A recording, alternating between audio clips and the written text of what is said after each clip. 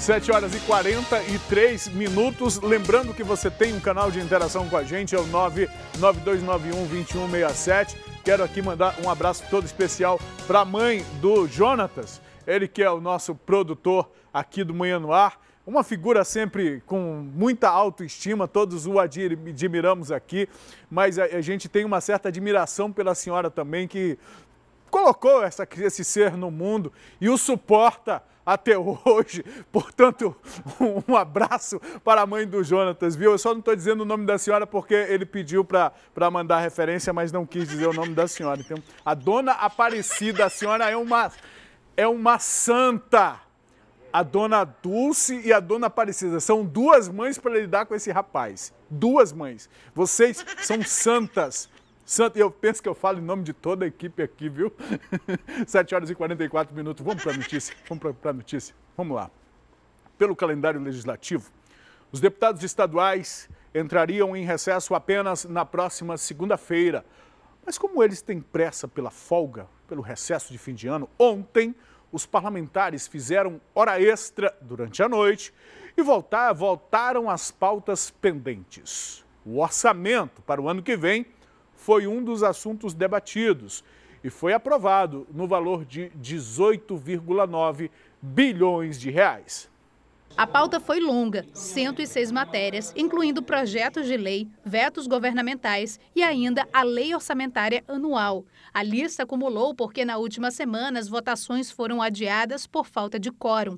As discussões mais acaloradas foram a respeito dos vetos. Então, quando nós ouvimos que o governo é transparente, ele se contradiz no veto, no projeto desse simples, que deve comportar a transparência para saber realmente que tipo de serviço, quem são as pessoas contratadas, quanto é que está custando. Nós temos que ficar toda hora pesquisando.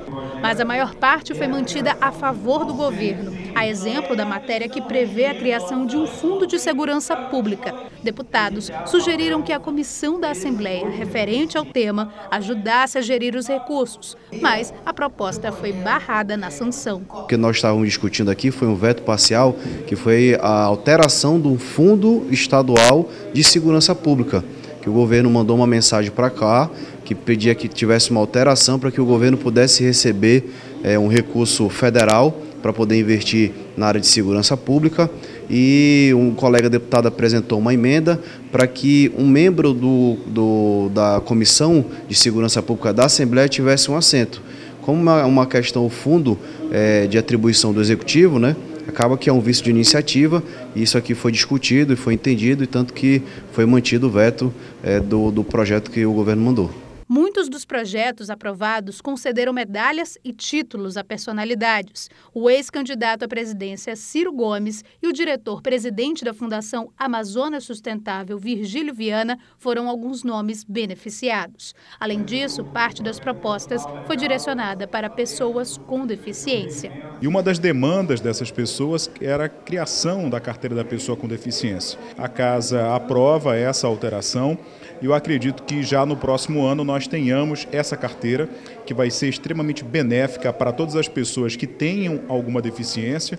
A lei orçamentária para 2020 começou a ser discutida apenas por volta das 8 horas da noite. O projeto do Executivo prevê um orçamento para o ano que vem de mais de 18 bilhões de reais. A maior fatia é para a educação, 25%, e 18% vão para a saúde, cerca de 2 bilhões de reais. O projeto foi aprovado com recomendações pela Comissão de Assuntos Econômicos na terça-feira. Alguns parlamentares temem que no ano que vem os ajustes a serem feitos pelo governo sejam grandes. O Estado precisa tocar o orçamento de uma forma melhor. A sua despesa não cabe dentro da sua receita. O governo tem margem de manobra, mas o problema não é esse, é porque você vai cobrir um santo e vai descobrir o outro. O Estado precisa diminuir o seu tamanho. A líder do governo na casa discorda e garante que tudo foi planejado ao longo do ano. Ainda de acordo com a deputada, as manobras de gestão vão ser necessárias e também estão previstas. Foi realmente feito um planejamento, foi ouvida a sociedade.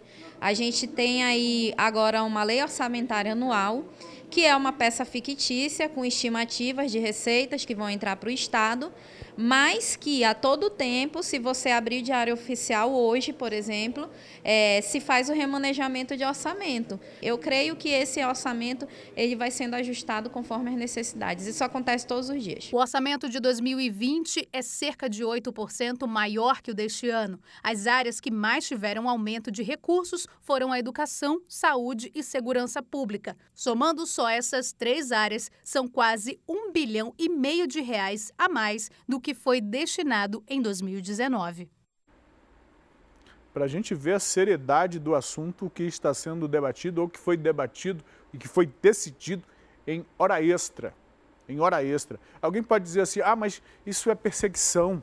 Vocês estão com implicância em relação aos deputados estaduais, estão só implicando. O que tem os deputados apressarem as coisas para antecipar o recesso? Se qualquer pessoa que pudesse fazer isso, faria. De fato, faria. E se você acha que é implicância da nossa parte ou da minha parte, eu digo a vocês, é implicância sim. Nesse momento no estúdio do Manhã no Ar, tem um profissional aqui, o seu Dino, porque eu tenho muito respeito, mais de 40 anos de profissão, eu acabei de perguntar dele quantas vezes durante essas mais de 4 décadas de trabalho, ele já tirou folga 2 vezes no ano por conta dos recessos de fim de ano e lá do mês de julho. Ele me respondeu que nenhuma. Eu tenho certeza que a maioria dos trabalhadores que estão assistindo agora o nosso programa também não tem esse negócio. E aqueles que trabalham por conta própria sequer podem tirar folga. Não dá para fazer uma hora extra aqui, vamos ter 2 semanas de dezembro, mais de janeiro, fevereiro, volta a coisa. Mas tem um carnaval. Não, depois do carnaval o ano começa. É uma bagunça. E aí se decide, se discute, se resolve um assunto tão sério como o orçamento para o ano seguinte. Quem está lá representando a você e a mim, ou pelo menos deveria estar observando como o dinheiro do Estado está sendo ou deverá ser o planejamento para a utilização do governo do Estado no próximo ano, são eles, os deputados. É para isso que eles foram eleitos, para representar a mim e a você nesses assuntos. Mas a gente ouve a deputada dizendo, é uma peça fictícia. O que é isso? É uma estimativa, é fato, mas não é para ser fictício. Porque se fosse para ser fictício, seu Dino, precisava votar isso. Se fosse para ser fictício, não precisava ser lei. Uma lei fictícia, pelo amor de Deus. A gente precisa que os nossos parlamentares, a gente precisa que nós, cidadãos, entendamos a importância da atuação desta Casa Legislativa para todos nós. No momento que nós, população, entendermos como a atuação deles é importante, a gente vai colocar gente lá que entenda realmente como fazer esse trabalho, como trazer melhorias para a nossa população. E por estarmos falando em política, deixa eu resgatar um assunto aqui que também interessa a todos nós, porque afinal de contas é o nosso dinheiro. Lá a Câmara Federal, lá em Brasília, a Câmara aprovou o aumento do valor do fundo eleitoral para 2 bilhões. 2 bilhões de reais. Eles queriam mais do que isso. Eles queriam mais do que isso. Eles queriam quase 4 bilhões. O governo federal empesou, o presidente estava disposto só a chegar até os 2 bilhões e aí os deputados recuaram. Recuaram, mas esses 2 bilhões já representam um aumento. Já representam um aumento. E a gente traz aqui para você como votaram os nossos parlamentares. José Ricardo, Marcelo Ramos, Átila Lins e o Bosco Saraiva foram a favor deste aumento do fundo eleitoral para 2 bilhões de reais para o ano que vem, para as eleições do ano que vem. O delegado Pablo, que é do PSL, ainda base do governo, votou contra este aumento do fundo partidário. O Silas Câmara, o Sidney Leite e o Alberto Neto não estiveram na sessão. Talvez já estejam em recesso ou por algum outro motivo de força maior. Mas é um tema importante, poderiam estar presentes.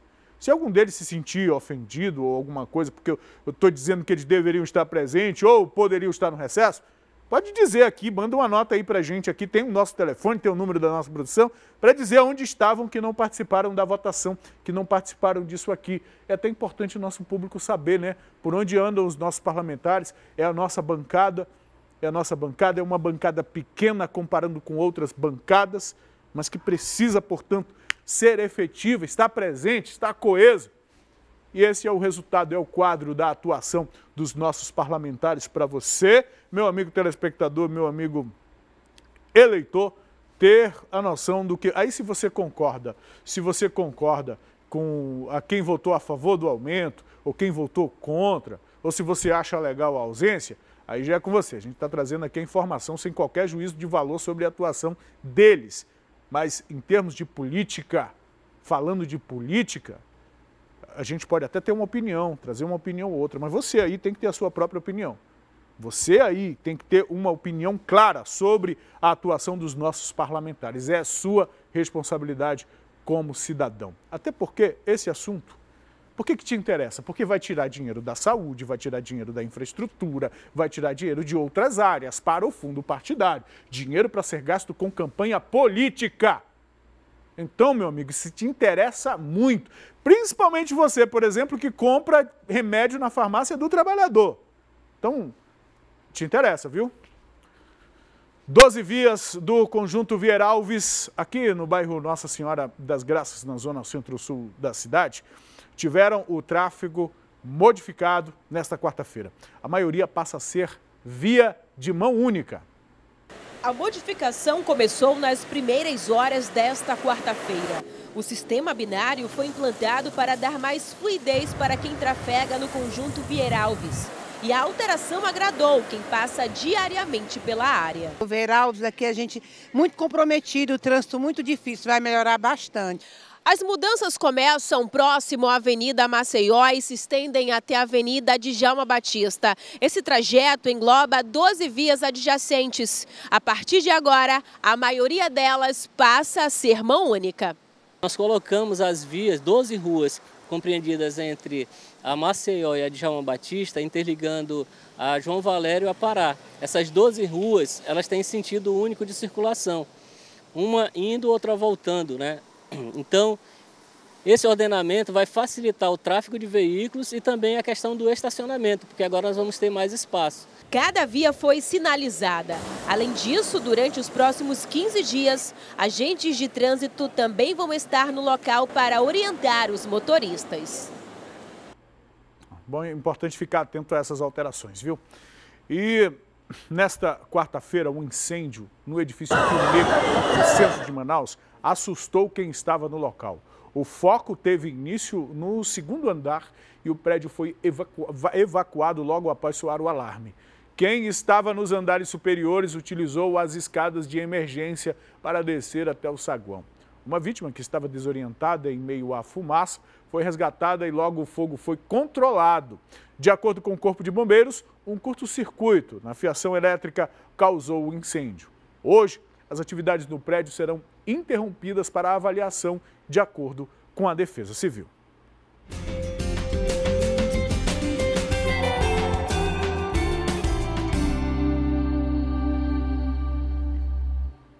Agora vamos falar de saúde? Você já teve a visão embaçada ao olhar assim para longe, horas, forçando a vista com imagens... Porque por ter passado horas forçando a vista com imagens próximas, você pode estar com sintomas da miopia acomodativa ou falsa miopia, como também é conhecida. O quadro Mais Saúde de hoje, você vai saber o que pode provocar essa doença.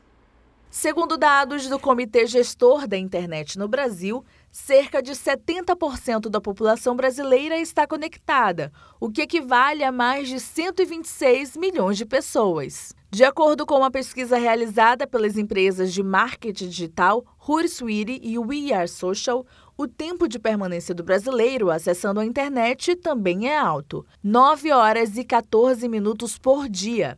Isso quer dizer que, dos 365 dias do ano, em 145 deles, nós ficamos conectados à internet. Na estatística, o Brasil fica atrás apenas da Tailândia e Filipinas, que ganha dos internautas brasileiros em diferença de minutos. Em outras áreas do planeta, por exemplo, na Ásia, no Japão, Coreia, China, Singapura, observou-se um aumento alarmante do índice de miopia entre os jovens, os adolescentes e jovens, e crianças até. E em torno de 80% a 90%, é considerado uma pandemia. O uso exagerado de dispositivos eletrônicos, como celulares, computadores e tablets, tem provocado contrações em excesso nos músculos dos olhos, ocasionando miopia acomodativa ou falsa miopia, como também é conhecida. Uma das principais hipóteses para isso é o excesso do uso da visão de perto, em que você tem uma contração do músculo ciliar, para que você consiga focar de perto, que faz com que o olho cresça de forma exagerada. Esse crescimento é que, na grande maioria das vezes, é que induz esse aumento da miopia. Renato é finalista do curso de Direito e passa horas escrevendo o trabalho de conclusão de curso, o temido e extenso TCC. Ele admite, tanto tempo exposto à tela do computador tem deixado a vista cansada. A vista arde um pouco, né? A luminosidade, você tem que ligar a luz, você tem que ler, né? Tem que estar atento, arde e chega a ficar embaçado a visão. Para cada 20 minutos em frente ao computador, é recomendado ficar de 2 a 3 minutos sem olhar para a tela, olhando ao longe, descansando a vista. Quanto à distância ideal do monitor, especialistas apontam que não faz muita diferença. O que realmente importa para o aparecimento da falsa miopia é o tempo que se passa em frente ao dispositivo eletrônico. Você vai ficar com aquela musculatura contraída para tentar trazer o foco de perto e, às vezes, ela fica meio espástica, ela fica rígida ali. Depois que você para a sua atividade, ela continua espástica, continua rígida, e com isso a visão de perto vai estar boa, mas quando você olhar para longe, as coisas já não vão funcionar muito bem. Para saber se os sintomas são de uma verdadeira ou falsa miopia, é necessário consultar o oftalmologista. Tem que consultar mesmo, viu?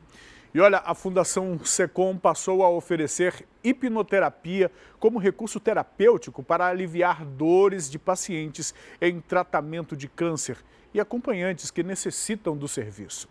O hospital era a segunda casa da Maria Luísa quando acompanhou o pai internado vítima de um câncer nos ossos. Mas a carga emocional, o diagnóstico da doença e o tratamento do pai também afetaram a saúde da jovem. Ela desenvolveu síndrome do pânico. No início eu não sabia o que era e nem lá de casa ninguém sabia também. E eu comecei a sentir muita falta de ar, eu chorava muito, eu sentia muito medo, o meu coração parecia que ele ia sair pela boca. E eu confundi isso com um ataque cardíaco. Então eu corri para o hospital e chegando lá, o médico me falou que eu tinha tido uma pequena crise de pânico. Foi aí que resolveu pedir ajuda da equipe de psicologia da Fundação SECOM. Eu tinha um pouco de receio, eu não sabia o que era, mas o Thiago ele me explicou tudo, como seria o processo, me explicou o porquê, como minha mente funcionava. E perguntou se eu queria fazer. E como eu já estava desesperada, que eu queria muito ajuda, eu falei que ia fazer. Segundo a jovem, em apenas uma sessão de hipnose de aproximadamente 3 horas, teve resultados impressionantes. A Maria foi uma das primeiras pacientes atendidas pelo hipnoterapeuta Thiago Aguiar, na Fundação SECOM, que começou o trabalho voluntário em novembro. Eu perdi alguns parentes para o câncer, então eu digo que isso aqui é meu propósito de vida. Quando eu vi esse trabalho sendo iniciado em Brasília, eu falei, cara, por que eu não vou... Eu tenho uma ferramenta tão poderosa, que pode ajudar a gente, por que não fazer isso para Manaus? Então foi de onde surgiu a ideia. Pensando nos meus familiares, na dor que isso traz para a família, eu tenho aqui uma forma de poder aliviar a dor que eles sentem. A hipnoterapia é um conjunto de técnicas que, pelo relaxamento e concentração, induz a pessoa a entrar em um estado de consciência aumentado, que permite acessar as situações do passado, muitas vezes indesejadas. E isso inclui também dores, por isso se mostra um tratamento eficiente para pessoas com câncer. Como é que eu posso exemplificar facilmente? Deve ter acontecido com os telespectadores deles se machucarem e não ter percebido que tinha se machucado. Quando ele olhou para o machucado e percebeu o machucado, começou a doer. É justamente isso que a gente faz na hipnose. Eu tiro o foco dele da dor. Eu jogo o foco dele para um outro local e por isso a dor é aliviada. Além de aliviar as dores, o método também pode ser usado no tratamento de pânico, insônia, vômitos, depressão. Muitos desses problemas que surgem junto com o diagnóstico de alguma doença. Mas, segundo o profissional, para que esse processo tenha êxito, é importante que o paciente aceite o tratamento. Só o fato da psicologia estar recomendando já ajuda a gente um pouquinho em relação a isso. Mas o que a gente faz? Eu mostro para ele primeiro a hipnose já oferecida pelo SUS desde março do ano passado. Então eu falo dos conselhos que também reconhecem a hipnose e explico que não há nada de místico, e sim técnica que vai conduzir a pessoa para um estado de relaxamento para que ela possa passar pelo processo e resolver a questão que ela precisa. Esse atendimento está disponível para pacientes e familiares do hospital. É realizado durante uma semana de cada mês, de segunda a sexta-feira, das 8 da manhã até o meio-dia. Após a hipnose, o paciente é avaliado pelo Serviço de Psicologia do SECOM para estabelecer métricas e verificar se houve resultado. O principal desafio, um dos principais desafios, é óbvio que tem a doença e os efeitos dela, mas é como a pessoa encara a doença, sobretudo o tratamento contra o câncer. Então, qualquer iniciativa, qualquer atividade, qualquer terapia que ajude num momento como esse é muito importante de fato ser adotada, ser oferecida aos pacientes e aos seus familiares. E na temporada de férias, os cuidados com crianças e adolescentes devem ser dobrado ou redobrado.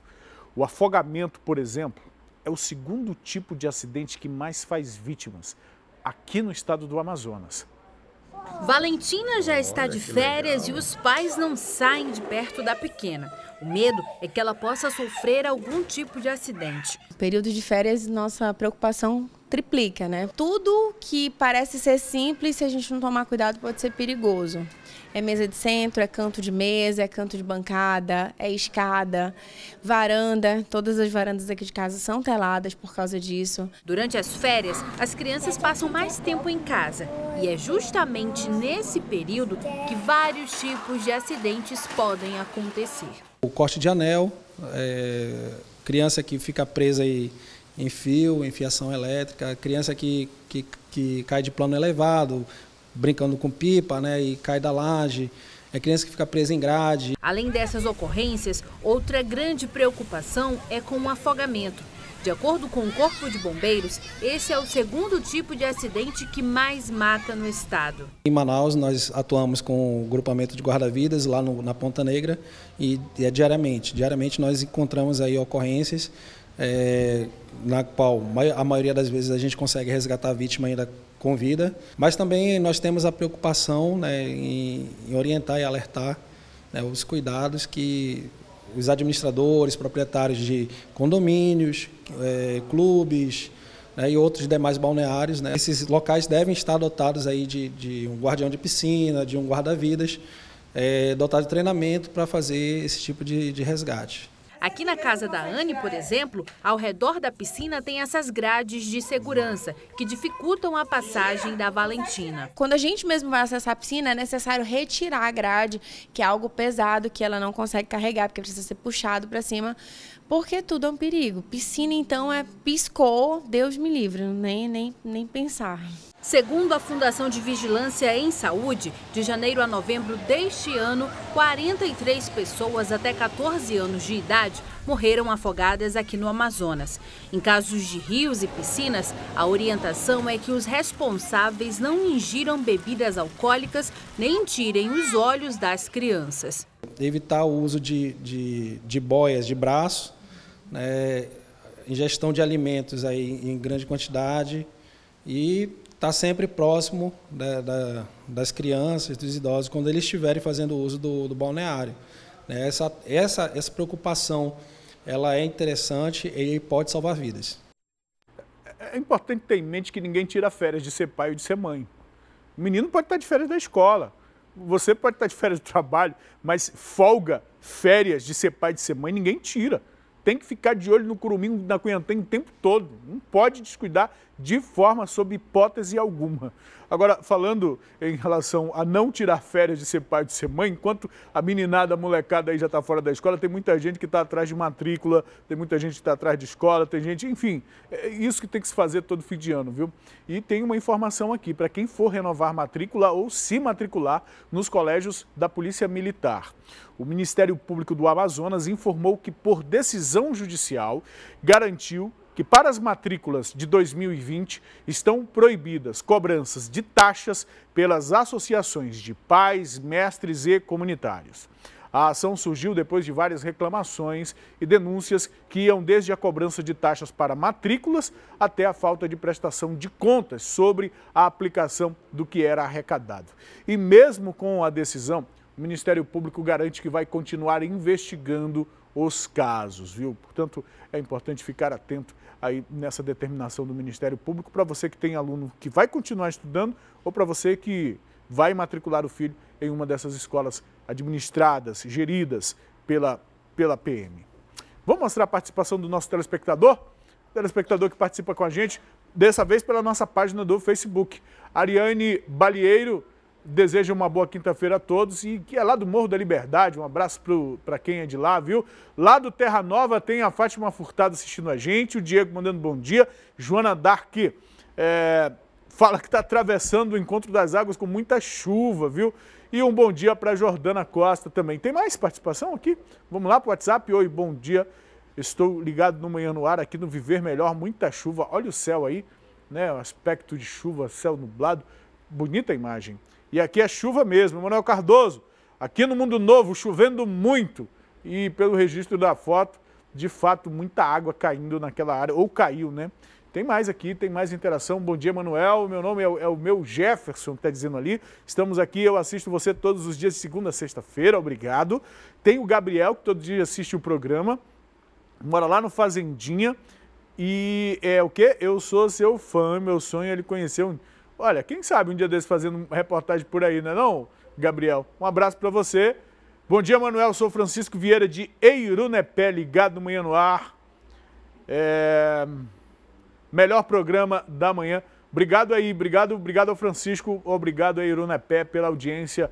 Bom dia, sou Ivanilza, moro na Compensa. Nada melhor que começar o dia tomando uma sopa e assistindo Manhã no Ar. Abraço. Olha, uma sopa de manhã é bom, né? Revigora as forças. Bom dia, Manuel, parabéns para mim. Hoje é meu nível. Ezequias Sixu no bairro Japim 2. Parabéns para você, Ezequias. Muito bom. Bom dia, galã de Parintins. Estamos curtindo essa chuvinha assistindo Manhã no Ar. É a família toda aqui assistindo Manhã no Ar, viu? Um abraço, bom dia para vocês. Boa quinta. Daqui a pouco a gente mostra mais interação. Vamos fazer um intervalo rapidinho? Rapidinho. E olha, depois do intervalo, a gente fala do Porto de Parintins, que foi interditado. Viu? Os motivos dessa interdição a gente mostra já já. Ele já foi interditado e continua, viu? Já tem um tempinho. A gente mostra também quem são as finalistas do reality, do A Bordo, reality da TV Acrística. Já temos as finalistas, hein? Então essas aí, daqui a pouquinho, depois do intervalo, a gente fala mais sobre isso.